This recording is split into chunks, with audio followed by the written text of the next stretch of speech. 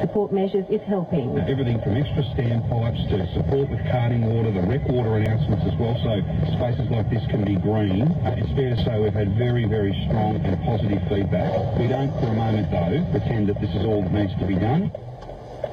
Queensland Cricket has told the Royal Commission it can't guarantee the safety of every child at every club in the state.